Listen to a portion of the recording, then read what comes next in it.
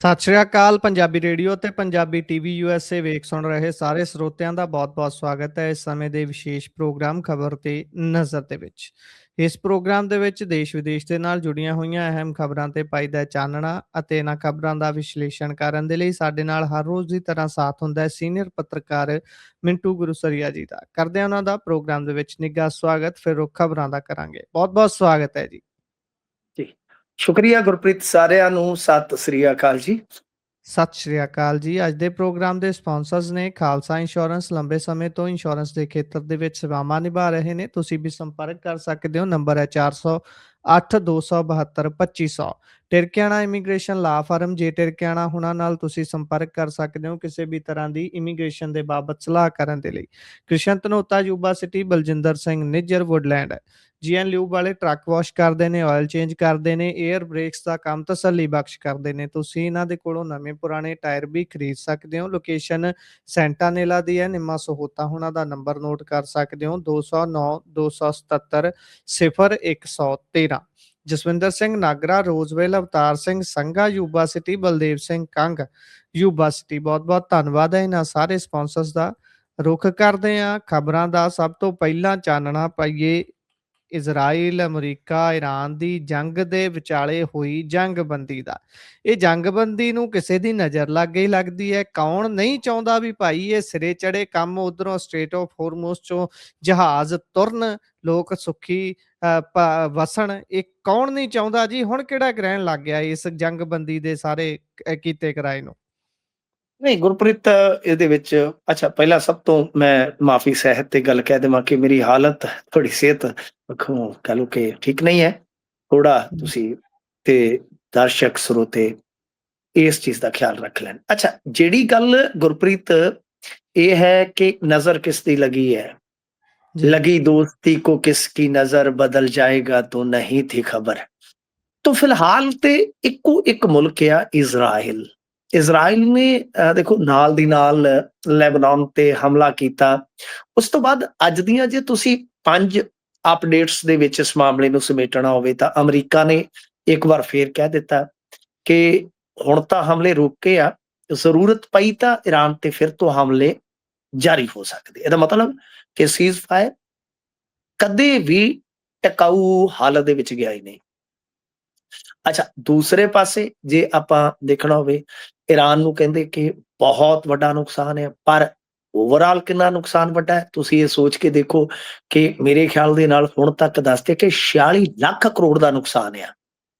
ਹਾੜੀ ਮੁਲਕਾਂ ਨੂੰ ਰਿਕਵਰੀ ਲਈ 5 ਤੋਂ 7 ਸਾਲ ਲੱਗਣਗੇ।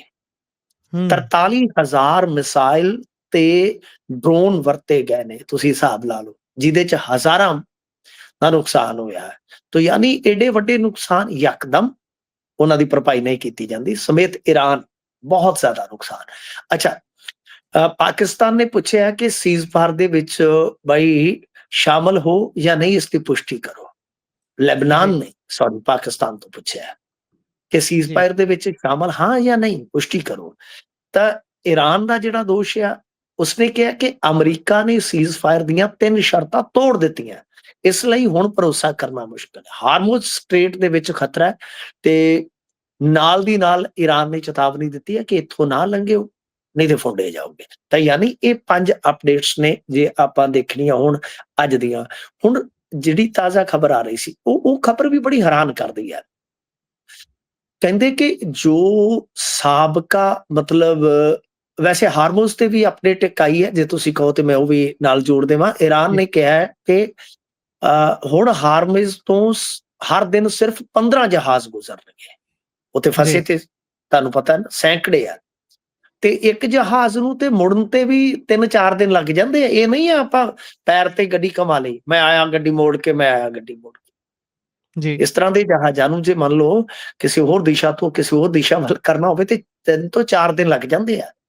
ਤੋ ਗੱਲ ਇਹ ਆ ਕਿ ਇੱਕ ਵੱਡੀ ਗੱਲ ਦੀ ਮੈਂ ਕਰ ਰਿਹਾ ਸੀ ਕੋਸ਼ਿਸ਼ ਦੱਸਣ ਦੀ ਕਿ ਅੱਜ ਜਿਹੜਾ ਸਾਬਕਾ ਇਜ਼ਰਾਈਲੀ ਆਰਮੀ ਚੀਫ ਆ, ਈਰਾਨੀ ਹੈਕਰਸ ਨੇ ਉਹਦੀਆਂ ਫੈਮਿਲੀ ਫੋਟੋਜ਼ ਤੇ ਸੀਕ੍ਰੇਟ ਮੀਟਿੰਗਸ ਦੀਆਂ ਜਿਹੜੀਆਂ ਤਸਵੀਰਾਂ ਵਾਇਰਲ ਕਰ ਦਿੱਤੀਆਂ। ਹਿਸਾਬ ਲਾ ਲਓ, ਉਹਨਾਂ ਨੇ ਕਿਹਾ ਕਿ ਅਸੀਂ ਤੇ ਇਹਨਾਂ ਦੇ ਸਿਸਟਮ 'ਚ ਬੜੇ ਹੋਏ ਸੀ। ਇਹਦਾ ਮਤਲਬ ਆ ਕਿ ਜਿਸ ਇਜ਼ਰਾਈਲ ਤੋਂ ਪੈਗਾਸਸ ਆਇਆ ਇੰਡੀਆ ਦੇ ਵਿੱਚ, ਜਾਸੂਸੀ ਕਾਂਡ ਹੋਇਆ, ਤਾਂ ਉੱਥੇ ਤੁਸੀਂ ਵੇਖੋ ਕਿ ਉਹਨਾਂ ਦੇ ਆਪਣੇ ਆਰਮੀ ਚੀਫ ਨੂੰ ਵੀ ਉਹ ਬਚਾ ਨਹੀਂ ਸਕੇ। ਮਤਲਬ ਕਿ ਇਰਾਨੀਅਨ ਹੈਕਰਸ ਬਹੁਤ ਖਤਰਨਾਕ ਨੇ, ਬਹੁਤ ਜੀ, ਖਤਰਨਾਕ ਨੇ। ਸੋ ਵੈਸੇ ਤੇ ਜਿਹੜਾ ਇਸ ਹਾਰਮੋਜ਼ ਦਾ ਮਸਲਾ ਹੈ, ਇਹੀ ਇਸ ਵੇਲੇ ਕਹਿ ਲਓ ਕਿ ਬਹੁਤ ਹੀ ਜ਼ਿਆਦਾ ਕਸੂਤਾ ਹੋਇਆ, ਕਿਉਂਕਿ ਇਜ਼ਰਾਈਲ ਨੇ ਜਾਂ ਨੇਤਨਯਾਹੂ ਨੇ ਸਾਫ਼ ਕਰ ਦਿੱਤਾ ਸੀਗਾ ਕਿ ਹਿਜ਼ਬੁੱਲਾ ਤੇ ਹਮਲੇ ਜਾਰੀ ਰਹਿਣਗੇ। ਤਾਂ ਜਿਹੜੀ ਸ਼ਰਤਾਂ ਦੀ ਸੂਚੀ ਆਪਾਂ ਦੇਖ ਰਹੇ ਸੀ, ਹਾਲਾਂਕਿ ਡੋਨਲਡ ਟਰੰਪ ਨੇ ਤੇ ਮੇਰੇ ਖਿਆਲ ਦੇ ਨਾਲ ਇਹ ਵੀ ਕਹਿ ਦਿੱਤਾ ਸੀਗਾ ਕਿ CNN ਤੇ ਜੋ NY ਹੈ ਕਿ ਇਹਨਾਂ ਨੇ ਫੇਕ ਉਹ ਸੂਚੀ ਛਾਪੀ ਆ। ਪਰ ਜਦ ਕਿ ਆਪਾਂ ਦੇਖਦੇ ਹਾਂ ਕਿ ਈਰਾਨ ਨੇ ਹਮੇਸ਼ਾ ਇਹ ਕਿਹਾ ਕਿ ਸਾਡੀਆਂ ਸ਼ਰਤਾਂ ਨੇ, ਤੇ ਡੋਨਲਡ ਟਰੰਪ ਨੇ ਕਿਹਾ ਕਿ ਸ਼ਰਤਾਂ ਵਾਸਤੇ ਗੱਲਬਾਤ ਕੀਤੀ ਜਾ ਸਕਦੀ ਹੈ। ਹੁਣ ਹੁਣ ਇਜ਼ਰਾਈਲੀ ਪ੍ਰਾਈਮ ਮਿਨਿਸਟਰ ਨੇ ਸਾਫ਼ ਕਰ ਦਿੱਤਾ, ਯਾਨੀ ਇਜ਼ਰਾਈਲ ਨੇ ਸਾਫ਼ ਕਰ ਦਿੱਤਾ ਕਿ ਅਸੀਂ ਇਹ ਹਮਲੇ ਨਹੀਂ ਰੋਕਣੇ ਲੈਬਨਾਨ ਤੇ ਜਿਹੜਾ ਈਰਾਨ ਆ ਨਾ ਗੁਰਪ੍ਰੀਤ, ਈਰਾਨ ਜੀ, ਦੋ ਚੀਜ਼ਾਂ ਕਦੇ ਨਹੀਂ ਛੱਡਦਾ। ਇਹ ਮੇਰੀ ਗੱਲ ਯਾਦ ਰੱਖਿਓ, ਨੋਟ ਕਰ ਲਿਓ। ਈਰਾਨ ਨਾ ਤਾਂ ਪਿਆਰ ਛੱਡਦਾ ਹੈ ਤੇ ਨਾ ਦੁਸ਼ਮਣੀ ਛੱਡਦਾ ਹੈ।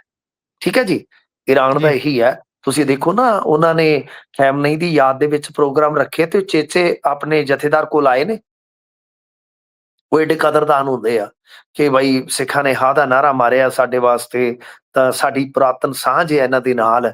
ਤਾਂ ਤੁਸੀਂ ਦੇਖੋ ਕਿ ਉਹ ਸੱਦਾ ਦੇਣ ਪਹੁੰਚੇ ਨੇ ਉਚੇਚਾ ਬਾ ਅਦਬ ਤੋਂ, ਮਤਲਬ ਕਿ ਉਹ ਇੱਕ ਤੇ ਪਿਆਰ ਨਹੀਂ ਛੱਡਦੇ। ਓਮਾਨ ਉਹਨਾਂ ਦਾ ਬਹੁਤ ਨਜ਼ਦੀਕ ਦਾ ਸਾਥੀ ਆ, ਖਾੜੀ ਮੁਲਕਾਂ ਦੀ ਜੇ ਗੱਲ ਕਰੀਏ ਤਾਂ ਉਹਨਾਂ ਨੇ ਕੀ ਕਿਹਾ ਸੀ ਕਿ ਹਾਰਮੋਜ਼ ਤੋਂ ਜਿਹੜੀ ਕਮਾਈ ਲਵਾਂਗੇ ਅਸੀਂ ਪ੍ਰਤੀ ਬੈਰਲ $1, ਤਾਂ ਉਹ ਅਸੀਂ ਓਮਾਨ ਨੂੰ ਵਿੱਚ ਹਿੱਸੇਦਾਰ ਰੱਖਾਂਗੇ। ਤੇ ਦੂਜੇ ਪਾਸੇ ਹਿਜ਼ਬੁੱਲਾ ਉਹਨਾਂ ਦਾ ਆਪਣਾ ਇੱਕ ਤਰ੍ਹਾਂ ਨਾਲ ਕਹਿ ਲਓ ਕਿ ਪ੍ਰੋਕਸੀ ਆਊਟਫਿਟ ਆ, ਉਹਨੂੰ ਕਦੇ ਨਹੀਂ ਛੱਡ ਸਕਦੇ। ਤਾਂ ਇਸ ਕਰਕੇ ਉਹਨਾਂ ਨੇ ਕਿਹਾ ਕਿ ਸਾਡੇ ਨਾਲ ਜੇ ਜੰਗਬੰਦੀ ਦੇ ਵਿੱਚ ਆਉਣਾ ਹੈ ਤਾਂ ਤੁਹਾਨੂੰ ਲੈਬਨਾਨ ਨੂੰ ਕਵਰ ਕਰਨਾ ਪਊਗਾ ਜੰਗਬੰਦੀ ਦੇ ਇਸ ਸਾਰੇ ਕਾਰਜ ਦੇ ਵਿੱਚ। ਤੇ ਦੂਜੇ ਪਾਸੇ ਨੇਤਨਯਾਹੂ ਨੇ ਕਹਿ ਦਿੱਤਾ ਹੈ ਕਿ ਅਸੀਂ ਲੈਬਨਾਨ ਤੇ ਹਮਲੇ ਕਰਾਂਗੇ। ਇਹਦਾ ਮਤਲਬ ਹੈ ਕਿ ਜੰਗਬੰਦੀ ਤਾਂ ਆਪਣੇ ਆਪ ਦੇ ਵਿੱਚ ਹੀ ਟੁੱਟ ਗਈ ਸਮਝੋ। ਉਧਰੋਂ ਸ਼ਹਬਾਜ਼ ਸ਼ਰੀਫ ਵੀ ਤੇ ਇਹੋ ਹੀ ਗੱਲ ਕਹਿ ਰਿਹਾ ਨਾ। ਸੋ ਆਪਾਂ ਕੁੱਲ ਮਿਲਾ ਕੇ ਜੇ ਦੇਖੀਏ, ਲਬੋ ਲਬਾਬ ਕਹਾਣੀ ਦਾ ਇਹੋ ਆ ਕਿ ਇਜ਼ਰਾਈਲ ਦਾ ਪ੍ਰਧਾਨ ਮੰਤਰੀ ਨੇਤਨਯਾਹੂ ਕਦੇ ਨਹੀਂ ਚਾਹੇਗਾ ਕਿ ਜੰਗ ਰੁਕ ਜਾਵੇ। ਉਹ ਵੀ ਆਪਣੇ ਜਿਹੜੇ ਮੁਲਕ ਦੇ ਵਾਸੀ ਆ ਉਹਨਾਂ ਨੂੰ ਨਵੇਂ ਤੋਂ ਨਵਾਂ ਗੋਲ ਸ਼ਿਫਟ ਕਰਕੇ ਦੇ ਦਿੰਦਾ। ਹੁਣ ਉਹਨੇ ਕਹਿਣਾ ਕਿ ਆਪਾਂ ਲੈਬਨਾਨ ਦਾ ਹਿੱਸਾ ਜਿਹੜਾ ਖਾਸ ਤੌਰ ਤੇ ਸਦਰਨ ਏਰੀਆ ਕਿ ਉਹਨੂੰ ਹੜਪਾਂਗੇ। ਅੱਗੇ ਵੀ ਤੇ ਤੁਹਾਨੂੰ ਪਤਾ ਹੈ ਨਾ, ਚਾਹੇ ਵੈਸਟ ਬੈਂਕ ਆ ਚਾਹੇ ਗਾਜ਼ਾ ਪੱਟੀ ਆ, ਕਿੰਨਾ ਇਲਾਕਾ ਲੈ ਗਏ। ਈਰਾਨ ਤੇ ਵੀ ਉਹਨਾਂ ਦੀ ਅੱਖ ਸੀ, ਈਰਾਨ ਵਾਲਿਆਂ ਨੇ ਤੇ ਅੱਗੋਂ ਮਾਰਿਆ। ਤੇ ਹੁਣ ਭੱਜ ਕੇ ਉਹ ਲੈਬਨਾਨ ਵੱਲ ਹੋ ਗਏ ਆ ਕਿ ਇੱਥੇ ਕੁਝ ਨਾ ਕੁਝ ਸਾਨੂੰ ਜਗ੍ਹਾ ਮਿਲ ਜਾਏਗੀ, ਕਿਉਂਕਿ ਜੀ, ਹਮੇਸ਼ਾ ਇਜ਼ਰਾਈਲ ਦਾ ਜਾਂ ਯਹੂਦੀਆਂ ਦਾ ਏਜੰਡਾ ਇਹੋ ਰਿਹਾ ਕਿ ਸਾਨੂੰ ਜਗ੍ਹਾ ਚਾਹੀਦੀ ਆ। ਗੋਲਨ ਹੂੰ, ਹਾਇਟਸ ਤੋਂ ਲੈ ਕੇ ਜੇ ਤੁਸੀਂ ਵੇਖੋਗੇ ਬਹੁਤ ਸਾਰਾ ਇਲਾਕਾ ਇਹ ਕਬਜ਼ਾ ਚੁੱਕੇ ਆ।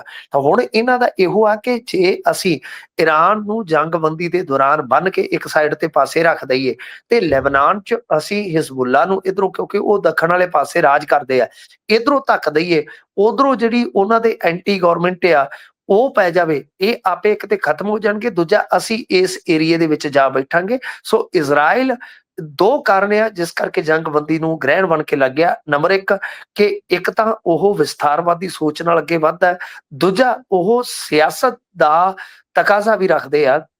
ਕਿਉਂਕਿ ਅਗਰ ਨੇਤਨਯਾਹੂ ਜੰਗ ਚੋਂ ਬਾਹਰ ਜਾਏਗਾ, ਗੁਰਪ੍ਰੀਤ ਮੇਰੀ ਗੱਲ ਤੁਸੀਂ ਇੱਥੇ ਨੋਟ ਕਰ ਲੈਣਾ, ਜੀ, ਨੇਤਨਯਾਹੂ ਜਿਵੇਂ ਇਲੈਕਸ਼ਨ ਫੇਸ ਕਰੇਗਾ ਜਾਂ ਉੱਥੇ ਆਪਣਾ ਜਵਾਬਦੇਹ ਹੋਏਗਾ, ਤਾਂ ਇਸ ਨੂੰ ਤੁਸੀਂ ਗੱਦੀ ਤੇ ਨਹੀਂ ਦੇਖੋਗੇ, ਇਹਨੂੰ ਹਵਾਲਾਤ 'ਚ ਦੇਖੋਗੇ। ਜਿਸ ਤਰ੍ਹਾਂ ਦੇ ਇਹਦੇ ਨਾਮ ਕਹਿ ਲਓ ਕਾਂਡ ਆ, ਜਿਸ ਤਰ੍ਹਾਂ ਰਿਸ਼ਵਤ ਦੇ ਇਲਜ਼ਾਮ ਲੱਗੇ ਆ, ਬਹੁਤ ਮਾਮਲੇ ਆ। ਸੋ ਵਾਰ ਜੀ। ਕ੍ਰਾਈਮ ਦੇ ਅੱਡ ਤੋਂ ਆ, ਤਾਂ ਇਹ ਬੰਦੇ ਦੀ ਜਗ੍ਹਾ ਜੇਲ੍ਹ ਬਣਦੀ ਹੈ। ਸੋ ਇਸ ਕਰਕੇ ਜੰਗ ਇਹਦੀ ਮਜਬੂਰੀ ਆ।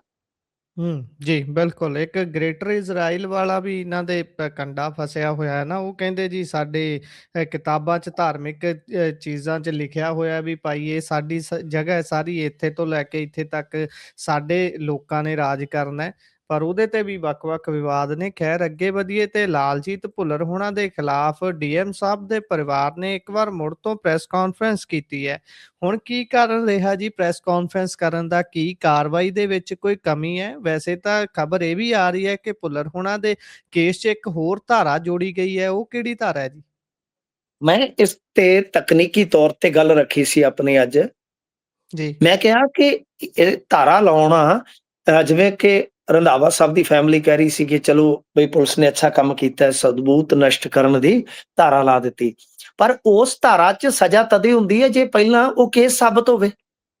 ਤੇ ਜੀ। ਕੇਸ ਸਾਬਤ ਕਰਨ ਦੇ ਵਿੱਚ ਕਹਿ ਲਓ ਕਿ ਕੀ ਫੈਕਟਰ ਹੁੰਦਾ ਹੈ ਜਿਹੜਾ ਮੰਨ ਲਓ ਸੀਸੀਟੀਵੀ ਅੱਜ ਦੇ ਦੌਰ ਦੇ ਵਿੱਚ, ਕਿਉਂਕਿ ਹੂੰ। ਮੇਨ ਤਾਂ ਖੁਦਕੁਸ਼ੀ ਦੀ ਵਜ੍ਹਾ ਕੀ ਹੈ ਕਿ ਲਾਲਜੀਤ ਭੁੱਲਰ ਨੇ ਆਪਣੇ ਦਫ਼ਤਰ ਬੁਲਾਇਆ, ਕੁੱਟਮਾਰ ਕੀਤੀ, ਵੀਡੀਓ ਬਣਾਇਆ, ਜ਼ਲੀਲ ਕੀਤਾ। ਉਸ ਤੋਂ ਬਾਅਦ ਤਾਂ ਉਹਦੇ ਤੋਂ ਪ੍ਰਮਾਣਿਤ ਹੋਣੀ ਸੀ ਨਾ ਕਿ ਬੁਲਾਇਆ ਗਿਆ। ਜੀ। ਜੀ, ਜੀ। ਤਾਂ ਉਹ ਸੀਸੀਟੀਵੀ ਡੀਵੀਆਰ ਕਿੱਥੇ ਹੈ? ਹੂੰ। ਠੀਕ ਹੈ ਨਾ?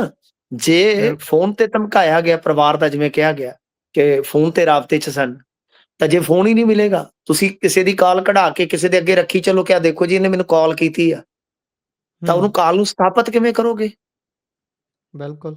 ਠੀਕ ਹੈ ਨਾ ਜੀ? ਕਾਲ ਸਥਾਪਿਤ ਜਿਹੜੀ ਆ ਉਹ ਇਲੈਕਟ੍ਰੋਨਿਕ ਗੈਜਟ ਤੋਂ ਤਦ ਹੀ ਹੋਏਗੀ ਨਾ ਜੇ WhatsApp ਤੋਂ ਕਾਲ ਹੋਈ ਆ, ਤਾਂ ਉੱਥੋਂ ਵੀ ਲੱਭੀ ਜਾਵੇ, ਜੀ। ਕਿਉਂਕਿ ਇਹ ਕਿਹੜਾ CDR ਦੇ ਵਿੱਚ ਆ ਜਾਊਗੀ।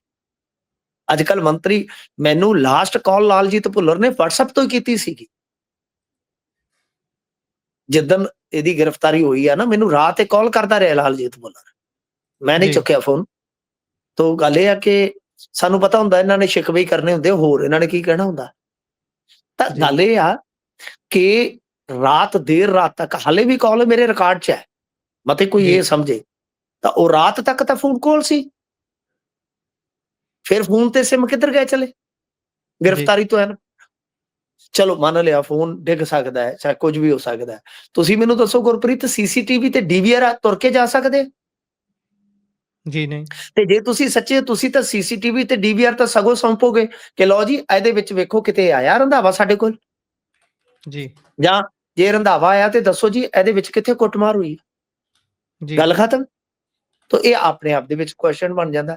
ਦੂਜੀ ਗੱਲ ਜਿਹੜੀ ਆ, ਅੱਜ ਰੰਧਾਵਾ ਫੈਮਿਲੀ ਨੇ ਜਿਹੜੀ ਪ੍ਰੈਸ ਕਾਨਫਰੰਸ ਕੀਤੀ ਆ, ਉਹਦੇ ਵਿੱਚ ਚਲੋ ਉਹਨਾਂ ਨੇ CBI ਦੀ ਫਿਰ ਮੰਗ ਕੀਤੀ ਆ। ਕੁਝ ਮੈਂਬਰ ਪਾਰਲੀਮੈਂਟਾਂ ਨੂੰ ਵੀ ਕਿਹਾ ਕਿ ਤੁਹਾਨੂੰ ਵੀ ਦਸਤਖਤ ਕਰਨੇ ਚਾਹੀਦੇ ਸੀ। ਪਰ ਜਿਹੜੀ ਸਭ ਤੋਂ ਵੱਡੀ ਗੱਲ ਉਹਨਾਂ ਨੇ ਕਹੀ ਆ ਗੁਰਪ੍ਰੀਤ, ਉਹ ਇਹ ਗੱਲ ਕਹੀ ਆ ਕਿ ਸਾਨੂੰ ਕੰਪਰੋਮਾਈਜ਼ ਵਾਸਤੇ ਦਬਾਅ ਹੇਠ ਲਿਆਂਦਾ ਜਾ ਰਿਹਾ ਹੈ। ਇਹ ਵੱਡੀ ਗੱਲ ਹੈ। ਜੀ। ਜੀ। ਇਹ ਬਹੁਤ ਵੱਡੀ ਗੱਲ ਹੈ ਗੁਰਪ੍ਰੀਤ, ਕਿ ਇੱਕ ਤੇ ਉਹਨਾਂ ਦਾ ਜੀ ਚੱਲ ਗਿਆ, ਦੂਜਾ ਇਸ ਟਾਈਮ ਉਹ ਕਹਿੰਦੇ ਆ ਕਿ ਸਾਨੂੰ ਪ੍ਰੈਸ਼ਰਾਈਜ਼ ਕੀਤਾ ਜਾ ਰਿਹਾ। ਦੇਖੋ ਇਹ ਤਾਂ ਬੜੀ ਮਾੜੀ ਗੱਲ ਹੈ ਨਾ। ਕਹਿੰਦੇ ਕਿ ਜੀ। ਇਹਦੀ ਫੈਮਿਲੀ ਵੱਲੋਂ ਸਾਨੂੰ ਪ੍ਰੈਸ਼ਰਾਈਜ਼ ਕੀਤਾ ਜਾ ਰਿਹਾ, ਤੇ ਇਹਦੀ ਵੀ ਤੇ ਜਾਂਚ ਹੋਣੀ ਚਾਹੀਦੀ ਹੈ। ਤੁਸੀਂ ਕੇਸ ਨੂੰ ਪ੍ਰਭਾਵਿਤ ਨਹੀਂ ਕਰ ਸਕਦੇ ਗੁਰਪ੍ਰੀਤ, ਤੁਸੀਂ ਗਵਾਹਾਂ ਨੂੰ ਪ੍ਰਭਾਵਿਤ ਨਹੀਂ ਕਰ ਸਕਦੇ, ਤੁਸੀਂ ਉਹਨਾਂ ਨੂੰ ਬਿਲਕੁਲ। ਪ੍ਰਲੋਭਨ ਨਹੀਂ ਦੇ ਸਕਦੇ, ਕਿਉਂਕਿ ਉਹ ਬੀਬੀ ਟੀਚਰ ਹੈ। ਜੀ। ਬਿਲਕੁਲ। ਸਰਕਾਰੀ ਇੰਪਲਾਈ ਤੇ ਦਬਾਅ ਬਣਾਉਣਾ ਬਹੁਤ ਸੌਖਾ ਹੁੰਦਾ ਗੁਰਪ੍ਰੀਤ। ਤੋ ਇਸ ਹੂੰ। ਕਰਕੇ ਮੇਰੇ ਖਿਆਲ ਦੇ ਨਾਲ ਰੰਧਾਵਾ ਫੈਮਿਲੀ ਨੂੰ ਫੌਰੀ ਤੌਰ ਤੇ ਕੋਰਟ 'ਚ ਜਾਣਾ ਚਾਹੀਦਾ ਹੈ, ਕਿਉਂਕਿ ਇਹ ਜਿਹੜਾ ਤੁਹਾਨੂੰ ਪਤਾ ਹੀ ਹੈ ਮਾਮਲਾ ਤੇ ਹੈਗਾ ਸਬ ਜੁਡੀਸ਼ੀਅਲ ਹੈ। ਸੋ ਜਦੋਂ ਇਸ ਤਰ੍ਹਾਂ ਦਾ ਮਾਮਲਾ ਹੋਵੇ ਤੇ ਇਹਨਾਂ ਨੂੰ ਕੋਰਟ ਦੇ ਵਿੱਚ ਪਹੁੰਚ ਕਰਨੀ ਚਾਹੀਦੀ ਹੈ। ਪਰ ਇਹਨਾਂ ਨੇ ਇਹ ਖੁਲਾਸਾ ਕਰਕੇ ਸਾਰਿਆਂ ਨੂੰ ਚੌਂਕਾ ਦਿੱਤਾ ਹੈ। ਇਹ ਕਹਿ ਲਓ ਕਿ ਹੈਰਾਨ ਕਰ ਦਿੱਤਾ ਹੈ ਕਿ ਇਹਨਾਂ ਨੂੰ ਦਬਾਅ ਹੇਠ ਲਿਆਂਦਾ ਜਾ ਰਿਹਾ ਹੈ। ਸੋ ਮੇਰੇ ਖਿਆਲ ਦੇ ਨਾਲ ਇੱਕ ਤੇ ਮਾਨ ਸਾਹਿਬ ਨੂੰ, ਕਿਉਂਕਿ ਹੋਮ ਮਿਨਿਸਟਰੀ ਉਹਨਾਂ ਦੇ ਕੋਲ ਆ, ਇੱਕ ਤਾਂ ਉਹਨਾਂ ਨੂੰ ਜਾਗਣ ਦੀ ਲੋੜ ਆ ਕਿ ਜਾਗੋ ਮੋਹਨ ਪਿਆਰੇ ਜਾਗੋ, ਆ ਕੀ ਹੋ ਰਿਹਾ। ਤੇ ਦੂਜਾ ਇਹ ਆ ਕਿ ਜੇ ਮੰਨ ਲਓ ਇਸ ਫੈਮਿਲੀ ਨੂੰ ਲੱਗਦਾ ਹੈ ਕਿ ਸਾਨੂੰ ਇਹ ਦਬਾਅ ਹੇਠ ਲਿਆਉਣ ਦਾ ਯਤਨ ਕਰ ਰਿਹਾ, ਤੇ ਇਹਨਾਂ ਨੂੰ ਫੌਰੀ ਤੌਰ ਤੇ ਅਦਾਲਤ ਦੇ ਵਿੱਚ ਮੂਵ ਹੋਣਾ ਚਾਹੀਦਾ ਗੁਰਪ੍ਰੀਤ। ਬਿਲਕੁਲ। ਤੇ ਜਦੋਂ ਤੁਸੀਂ ਇਹੋ ਜਿਹੇ ਦਬਾਅ ਦੀ ਖਬਰ ਸੁਣਦੇ ਆ ਜਾਂ ਅਸੀਂ ਸੁਣਦੇ ਆ, ਤਾਂ ਉਸ ਲਈ ਇਹ ਤਾਂ ਮੰਨਿਆ ਹੀ ਜਾਣਾ ਚਾਹੀਦਾ ਵੀ ਭਾਈ ਜੇਕਰ ਇਹ ਗੱਲ ਉੱਡ ਰਹੀ ਹੈ ਤਾਂ ਕ੍ਰਾਈਮ ਤਾਂ ਇਹਦਾ ਮਤਲਬ ਇਹ ਮੰਨ ਲਿਆ ਜਾਵੇ ਵੀ ਹੋਇਆ ਹੀ ਹੋਊ, ਜਿਸ ਕਰਕੇ ਦਬਾਉਣ ਦੀ ਕੋਸ਼ਿਸ਼ ਕੀਤੀ ਜਾ ਰਹੀ ਹੈ। ਬਾਕੀ ਤੁਸੀਂ ਸੀਸੀਟੀਵੀ ਭੱਜ ਜਾਣ ਦੀ ਗੱਲ ਕੀਤੀ ਹੈ, ਉਹ ਵੀ ਗੱਲ ਬਿਲਕੁਲ ਠੀਕ ਹੈ ਵੀ ਭਾਈ ਤੁਸੀਂ ਪਹਿਲਾਂ ਤਾਂ ਕਹਿ ਰਹੇ ਸੀ ਵੀ ਮੈਂ ਆਪਣੇ ਅਹੁਦੇ ਤੋਂ ਅਸਤੀਫਾ ਇਸ ਕਰਕੇ ਦੇ ਰਿਹਾ ਵੀ ਕੇਸ ਨਾ ਪ੍ਰਭਾਵਿਤ ਹੋਵੇ, ਤੇ ਹੁਣ ਤੁਹਾਡੇ ਘਰ ਦੇ, ਤੁਹਾਡੇ ਵੱਖ-ਵੱਖ ਥਾਵਾਂ ਦੇ ਸੀਸੀਟੀਵੀ, ਤੁਹਾਡਾ ਫੋਨ, ਉਹ ਸਾਰਾ ਗਾਇਬ ਹੈ। ਉਹ ਜੇ ਨਹੀਂ ਕੇਸ ਨੂੰ ਪ੍ਰਭਾਵਿਤ ਕਰਨ ਲਈ ਤਾਂ ਤੁਸੀਂ ਕਿਹੜੇ ਥਾਣੇ 'ਚ ਕੰਪਲੇਂਟ ਲਿਖਾਈ ਸੀ ਵੀ ਭਾਈ ਮੇਰਾ ਫੋਨ ਮਿਸਿੰਗ ਹੈ ਤੇ ਉਹ ਫੋਨ ਲੱਭਿਆ ਜਾਵੇ। ਇਹ ਬਹੁਤ ਸਾਰੀਆਂ ਗੱਲਾਂ ਨੇ ਜਿਹੜੀਆਂ ਰਲ ਮਿਲ ਕੇ ਕਿਸੇ ਨਾ ਕਿਸੇ ਕੰਕਲੂਜਨ ਤੇ ਹਰੇਕ ਬੰਦੇ ਦੇ ਦਿਮਾਗ 'ਚ ਪਹੁੰਚ ਜਾਂਦੀਆਂ ਨੇ, ਪਰ ਕਹਿਣ ਨੂੰ ਹਾਲੇ ਨਹੀਂ ਕਹੀਆਂ ਜਾ ਸਕਦੀਆਂ ਬਹੁਤ ਸਾਰੀਆਂ ਚੀਜ਼ਾਂ। ਖੈਰ ਅੱਗੇ ਵਧੀਏ ਤਾਂ ਆਮ ਆਦਮੀ ਪਾਰਟੀ ਦੀ ਇੱਕ ਹੋਰ ਪੱਤਰ ਰੱਜ ਕੇ ਫਜ਼ੀਅਤ ਕਰਾ ਰਿਹਾ ਹੈ। ਹਰ ਰੋਜ਼ ਕੋਈ ਨਾ ਕੋਈ ਇੰਤਜ਼ਾਮ ਸਰਕਾਰ ਕਰਕੇ ਹੀ ਰੱਖਦੀ ਹੈ ਜੀ ਆਪਣੀ ਫਜ਼ੀਅਤ ਕਰਾਉਣ ਦਾ। ਇਹ ਪੱਤਰ ਵਾਇਰਲ ਹੋਇਆ ਸਵੇਰੇ ਗੁਰਪ੍ਰੀਤ, ਬੀਬਾ ਬਲਜਿੰਦਰ ਕੌਰ ਜੀ ਦਾ। ਬੀਬਾ ਜੀ। ਬਲਜਿੰਦਰ ਕੌਰ ਚੀਫ ਵਿਪ ਨੇ ਤਲਵੰਡੀ ਸਾਬੋ ਤੋਂ, ਇਹਨਾਂ ਦੇ ਮੋਸਟ ਸੀਨੀਅਰ ਲੀਡਰਾਂ ਚੋਂ ਇੱਕ ਨੇ। ਅੱਛਾ, ਜੀ। ਜੀ। ਉਸ ਪੱਤਰ ਦੇ ਵਿੱਚ ਕੀ ਕਿਹਾ ਗਿਆ? ਉਸ ਪੱਤਰ 'ਚ ਲਿਖਿਆ ਗਿਆ ਕਿ ਮੁੱਖ ਖੇਤੀਬਾੜੀ ਅਫਸਰ ਬਠਿੰਡਾ ਉਹ ਤੇ ਸਾਡੀ ਗੱਲ ਹੀ ਨਹੀਂ ਸੁਣਦਾ, ਸਾਡਾ ਫੋਨ ਹੀ ਨਹੀਂ ਚੁੱਕਦਾ, ਤੇ ਇਹਦੀਆਂ ਅੱਗੇ ਵੀ ਸ਼ਿਕਾਇਤਾਂ ਆਈਆਂ ਨੇ। ਜਿਵੇਂ ਹੀ ਪੱਤਰ ਵਾਇਰਲ ਹੋਇਆ, ਸੋਸ਼ਲ ਮੀਡੀਆ ਤੇ ਲੋਕਾਂ ਨੇ ਚੁਟਕੀਆਂ ਮਾਰ-ਮਾਰ ਕੇ ਹਾਸਾ ਹੱਸਿਆ ਕਿ ਕਮਾਲ ਦੀ ਗੱਲ ਹੈ, ਤੁਹਾਡੇ ਵਿਧਾਇਕਾਂ ਦੇ ਔਰ ਸੀਨੀਅਰ ਲੀਡਰਾਂ ਦੇ, ਚੀਫ ਵਿਪ ਤੱਕ ਦੇ ਫੋਨ ਹੀ ਨਹੀਂ ਚੁੱਕਦੇ ਅਫਸਰ। ਅਫਸਰ ਨੇ ਜੀ, ਫਿਰ ਮੁੜ ਕੇ ਸਫਾਈ ਦਿੱਤੀ ਕਿ ਨਹੀਂ ਜੀ ਦੇਖੋ, ਮੈਂ ਉਦਣ ਵੀਸੀ ਦੇ ਵਿੱਚ ਸੀ, ਫਿਰ ਮੈਂ ਬੈਕ ਕਾਲ ਕੀਤੀ, ਇਹਨਾਂ ਨੇ ਚੁੱਕਿਆ। ਤਾਂ ਮਤਲਬ ਕਿ ਇਹ ਹੈਰਾਨਗੀ ਦੀ ਗੱਲ ਆ ਕਿ ਇੰਨਾ ਤਾਲਮੇਲ ਘੱਟ ਆ। ਹਾਲਾਂਕਿ ਸ਼ਾਮ ਤੱਕ ਮੈਂ ਉਹ ਆਰਡਰ ਪਾ ਦਿੱਤਾ ਜੀ ਪੇਜ ਤੇ, ਕਿ ਜਿਹਦੇ ਵਿੱਚ ਉਸ ਅਫਸਰ ਦਾ ਤਬਾਦਲਾ ਕਰ ਦਿੱਤਾ ਗਿਆ। ਦਰਅਸਲ ਕੀ ਆ ਕਿ ਬੀਬਾ ਬਲਜਿੰਦਰ ਕੌਰ ਦੇ ਨਾਲ ਮਾਨ ਸਾਹਿਬ ਦੀ ਅਣਬਣ ਆ, ਇਹ ਮੈਂ ਲਿਟਰਲੀ ਕਹਿਣਾ, ਠੀਕ ਹੈ ਜੀ। ਜੀ, ਮਾਨ ਸਾਹਿਬ ਦੀ ਇੰਨੀ ਜ਼ਿਆਦਾ ਵਧੀਆ ਨਹੀਂ ਹੈ, ਟਿਊਨਿੰਗ ਨਹੀਂ ਹੈ। ਤਾਂ ਜਦੋਂ ਇਸ ਤਰ੍ਹਾਂ ਦੀ ਖਬਰ ਆਉਂਦੀ ਆ, ਫਿਰ ਉਹ ਇਹ ਕਦੇ-ਕਦੇ ਇਦਾਂ ਦਾ ਵੀ ਸ਼ੱਕ ਹੋ ਜਾਂਦਾ ਨਾ ਕਿ ਕੀ ਕੁਝ ਖਾਸ ਵਿਧਾਇਕਾਂ ਦੇ ਕੰਮਕਾਰ ਜਿਹੜੇ ਆ ਉਹ ਜਾਣ ਕੇ ਰੋਕੇ ਜਾ ਰਹੇ ਆ, ਸਮਝਦੇ ਹੋ ਨਾ ਤੁਸੀਂ? ਤਾਂ ਬਿਲਕੁਲ, ਸਰਕਾਰ ਦੀ ਇਸ ਕਰਕੇ ਵੀ ਫਜ਼ੀਅਤ ਹੋ ਜਾਂਦੀ ਆ। ਪਰ ਹਾਲਾਂਕਿ ਮੈਨੂੰ ਇਉਂ ਲੱਗਦਾ ਕਿ ਮਾਨ ਸਾਹਿਬ ਇਸ ਤਰ੍ਹਾਂ ਦੀਆਂ ਗੱਲਾਂ ਦੇ ਵਿੱਚ ਤੇ ਨਹੀਂ ਪੈਂਦੇ ਹੋਣਗੇ, ਜੇ ਪੈਂਦੇ ਹੋਣਗੇ ਤੇ ਮਾੜੀ ਗੱਲ ਆ। ਹੁਣ ਦੂਜੇ ਪਾਸੇ ਜੇ ਤੁਸੀਂ ਵੇਖੋਗੇ ਤੇ ਫਜ਼ੀਅਤ ਤੇ ਹੋ ਗਈ, ਤਬਾਦਲਾ ਵੀ ਹੋ ਗਿਆ। ਪਰ ਇੱਕ ਚੀਜ਼ ਜਿਹੜੀ ਮੈਂ ਗੁਰਪ੍ਰੀਤ ਨੋਟਿਸ ਕੀਤੀ ਆ, ਤੇ ਜਿਹੜੀ ਚੀਜ਼ ਇੱਕ ਫੈਕਟਰ ਦੇ ਵਜੋਂ ਹੈਗੀ ਵੀ ਆ, ਉਹ ਏਦਾਂ ਆ ਕਿ ਮੁਲਾਜ਼ਮਾਂ ਦੇ ਵਿੱਚ ਇਸ ਸਰਕਾਰ ਪ੍ਰਤੀ ਗੁੱਸਾ ਹੈ। ਜੀ, ਗੁੱਸਾ ਹੈ। ਉਹਦੇ ਵਿੱਚ ਅੱਜ ਇੱਕ ਬਹੁਤ ਹੀ ਨਾਮੀ ਆਮ ਆਦਮੀ ਪਾਰਟੀ ਦਾ ਲੀਡਰ ਸਾਡੇ ਮਾਲਵੇ ਚੋਂ ਮੇਰੇ ਨਾਲ ਇੱਥੇ ਬੈਠਾ ਰਿਹਾ 2-2.5 ਘੰਟੇ। ਮੈਂ ਤੁਹਾਨੂੰ ਅੱਗੇ ਦੱਸਿਆ ਨਾ ਕਿ ਇਹ ਤੇ ਜੀ, ਐਵੇਂ ਵਾਇਰਲ ਕਰਦੇ ਰਹਿੰਦੇ ਆ ਜੀ, ਫਲਾਣੇ ਨਾਲ ਟਮਕਾਣੇ ਨਾਲ। ਮੇਰੀ ਸਾਰਿਆਂ ਨਾਲ ਸਿਟਿੰਗ ਹੈਗੀ ਆ, ਕਹਿੰਦੇ ਆ, ਕਿਉਂਕਿ ਜੀ, ਮੈਂ ਪਿਆਰ ਵੰਡਣ ਵਾਲਾ ਇਨਸਾਨ ਆ। ਉਸ ਬੰਦੇ ਨੇ ਇਸ ਮੇਰੀ ਗੱਲ ਦਾ, ਕਿਉਂਕਿ ਮੈਂ ਗੱਲ ਮੂੰਹ ਤੇ ਕਰ ਦਿੰਦਾ ਹੁੰਦਾ ਜੀ, ਤੇ ਇਸ ਗੱਲ ਦੀ ਉਹਨਾਂ ਨੇ ਪ੍ਰੋੜਤਾ ਕੀਤੀ ਕਿ ਹਾਂ ਯਾਰ, ਮੁਲਾਜ਼ਮ ਵਰਗ ਜਿੰਨਾ ਖੁਸ਼ ਸੀ ਨਾ, ਓਨਾ ਹੀ ਨਾ ਖੁਸ਼ ਆ ਅੱਜ, ਓਨਾ ਹੀ ਨਾ ਖੁਸ਼ ਆ। ਇਹ ਸਾਡੀ ਕਿਤੇ ਨਾ ਕਿਤੇ ਕਹਿ ਲਓ, ਮੰਨਿਆ ਉਹਨਾਂ ਨੇ ਕਿ ਸਾਡੀ ਸਰਕਾਰ ਦੀ ਇਹ ਇੱਕ ਨਾਕਾਮੀ ਰਹੀ ਆ ਕਿ ਅਸੀਂ ਹੁਣ ਵੀ ਦੇਖੋ ਨਾ, ਡੀਏ ਵਗੈਰਾ ਜਿਹੜਾ ਸੀਗਾ ਉਹ ਹਾਈ ਕੋਰਟ ਨੇ ਆਰਡਰ ਕੀਤਾ ਹੈ ਮੁਲਾਜ਼ਮਾਂ ਦਾ ਵੀ ਇਹਨਾਂ ਨੂੰ ਡੀਏ ਦਿੱਤਾ ਜਾਣਾ ਚਾਹੀਦਾ। ਤਾਂ ਕਹਿਣ ਦਾ ਮਤਲਬ ਇਹ ਆ ਕਿ ਇੱਕ ਤੇ ਇਹ ਫੈਕਟਰ ਹੈਗਾ ਜੀ। ਦੂਜੀ ਗੱਲ ਜਿਹੜੀ ਆ ਕਿ ਜਿਹੜੇ ਮਾਲਵੇ ਦੇ ਵਿੱਚ ਅਫਸਰ ਹੈ ਨਾ ਗੁਰਪ੍ਰੀਤ, ਮੈਂ ਤੁਹਾਨੂੰ ਇੱਕ ਚੀਜ਼ ਹੋਰ ਤੋਂ ਜਾਣੂ ਕਰਵਾ ਦੇਵਾਂ। ਇਹ ਨਾ ਮੈਂ ਅੱਗੇ ਬੋਲਦਾ ਵੀ ਹੁੰਦਾ ਇਸ ਬਾਬਤ, ਤੇ ਉਹ ਇੱਕ ਗੀਤ ਸੀਗਾ, ਜੀ, ਉਹ ਤੁਹਾਨੂੰ ਸੁਣਾ ਦੇਣਾ ਕਿ ਅਹ, ਰੂਹ ਤੇਰੀ ਤੇ ਬੁੱਤ ਮਾਈ ਦਾ ਵੇ ਮੈਂ ਅੱਧੀ ਅੱਧੀ ਵੰਡੀ ਗਈ। ਇਹ ਸਾਡੀ ਜੀ, ਜਵਾਨੀ ਵੇਲੇ ਦੇ ਗੀਤ ਨੇ। ਹੁਣ ਤੇ ਏਦਾਂ ਦੇ ਸੁਣਦੇ ਨਹੀਂ, ਹੁਣ ਤੇ ਬੀਟ ਦੇ ਵਿੱਚ ਆਉਂਦੇ ਇਹੋ ਜਿਹੇ ਗਾਣਿਆਂ ਤੇ ਭੰਗੜੇ ਪੈਣ ਲੱਗ ਜਾਂਦੇ ਨੇ। ਤਾਂ ਕਹਿਣ ਦਾ ਮਤਲਬ ਇਹ ਆ ਕਿ ਇੱਥੇ ਕੀ ਆ ਕਿ ਕੁਝ ਅਫਸਰਾਂ ਦੀ ਜਿਹੜੀ ਰੂਹ ਹੈ ਨਾ, ਉਹ ਬਾਦਲਾਂ ਦੇ ਵਿੱਚ ਹੀ ਰਹਿੰਦੀ ਆ, ਜੀ, ਕੁਝ ਦੀ ਕਾਂਗਰਸੀਆਂ ਚ ਰਹਿੰਦੀ ਆ। ਤਾਂ ਤੁਸੀਂ ਇਹਦੀ ਇੱਕ ਮਿਸਾਲ ਵੀ ਦੇਖ ਲਓ, ਜਿਹੜੇ ਖੇਤੀਬਾੜੀ ਅਫਸਰ ਦਾ ਰੌਲਾ ਪਿਆ ਨਾ, ਮੈਨੂੰ ਪਿੱਛੇ ਜੇ ਉਹਦਾ ਪਤਾ ਲੱਗਿਆ ਕਿ ਉਹਨੂੰ ਇੱਕ ਛੋਟੇ ਅਫਸਰ ਨੇ ਕਿਹਾ ਕਿ ਆਪਾਂ ਜਿਹੜਾ ਜੀ ਸਮਾਗਮ ਕਰਵਾਉਣਾ ਉਹਦੇ ਵਿੱਚ ਬੀਬਾ ਬਲਜਿੰਦਰ ਕੌਰ ਨੂੰ ਬੁਲਾ ਲਈਏ, ਮੋਸਟ ਸੀਨੀਅਰ ਨੇ ਉਹ ਤੇ। ਤਾਂ ਜੀ, ਜੀ, ਉਹ ਕਹਿੰਦੇ ਜੂਨੀਅਰ ਅਫਸਰ ਨੂੰ ਇਸੇ ਅਫਸਰ ਨੇ ਕਿਹਾ ਕਿ ਯਾਰ ਤੈਨੂੰ ਕੀ ਆ, ਮੈਂ ਜਿਹਨੂੰ ਬੁਲਾਉਣਾ ਹੈ, ਜਿਹਨੂੰ ਮੰਗਵਾਉਣਾ ਹੈ, ਮੇਰਾ ਇੱਕ ਵਿਸ਼ਾ ਹੈ। ਤੇ ਇਸਨੇ ਉਸ ਵਿਧਾਇਕ ਨੂੰ ਚੀਫ ਗੈਸਟ ਦੇ ਤੌਰ ਤੇ ਬੁਲਾਇਆ, ਜਿਹਦੀ ਅੱਜ ਕੱਲ ਸਰਕਾਰ ਦੇ ਨਾਲ ਬਣਦੀ ਨਹੀਂ, ਤੇ ਜਿਹੜਾ ਦੂਸਰੀ ਪਾਰਟੀ ਚੋਂ ਆਇਆ ਹੋਇਆ, ਹਿਸਾਬ ਲਾ ਲਓ। ਜੀ, ਤਾਂ ਮਤਲਬ ਕਿ ਫਿਰ ਮੈਂ ਜਿਹੜੀ ਗੱਲ ਕਹਿ ਰਿਹਾ, ਉਹ ਵੀ ਇੱਕ ਕਿਤੇ ਨਾ ਕਿਤੇ ਕੰਮ ਹੈ ਕਿ ਅਫਸਰ ਕਲਾਬਾਜ਼ੀਆਂ ਜਿਹੜੀਆਂ ਨੇ ਉਹ ਕਿਸੇ ਹੋਰ ਅਸਮਾਨ ਚ ਵੀ ਖਾ ਰਹੇ ਆ, ਮਾਲਵੇ ਚ ਖਾਸ ਤੌਰ ਤੇ। ਤੀਜਾ ਤੇ ਇਹ ਹੈ ਹੀ ਆ ਕਿ ਅਫਸਰਾਂ ਨੂੰ ਜਾਂ ਮੁਲਾਜ਼ਮਾਂ ਨੂੰ ਮੌਕਾ ਮਿਲ ਜਾਂਦਾ ਹੈ ਵੋਟਾਂ ਦੇ ਕੋਲ ਆ ਕੇ ਸਰਕਾਰ ਪ੍ਰਤੀ ਗੁੱਸਾ ਕੱਢਣ ਦਾ। ਤਾਂ ਫਿਰ ਉਹ ਕੀ ਆ ਕਿ ਇਸ ਤਰ੍ਹਾਂ ਦੇ ਕੰਮ ਜਾਣਬੁੱਝ ਕੇ ਵੀ ਕਰਦੇ ਆ ਕਿ ਇਹਨਾਂ ਨੂੰ ਢਾਹ ਲੱਗੇ ਨੁਕਸਾਨ, ਤੇ ਪੋਲੀਟੀਕਲੀ ਇਹਨਾਂ ਦਾ ਹੀ ਹੋਣਾ ਹੈ ਨਾ। ਬਿਲਕੁਲ, ਬਿਲਕੁਲ। ਤੇ ਇਸ ਤੋਂ ਅੱਗੇ ਜੇਕਰ ਵਧੀਏ ਤਾਂ ਡਾਕਟਰ ਗਾਂਧੀ ਦੇ ਬਿਆਨ ਤੇ ਖਾਸਾ ਘਮਸਾਨ ਮਚਿਆ ਹੋਇਆ ਜੀ। ਕੀ ਕਹਿੰਦੇ ਨੇ ਡਾਕਟਰ ਗਾਂਧੀ ਹੋਣੀ?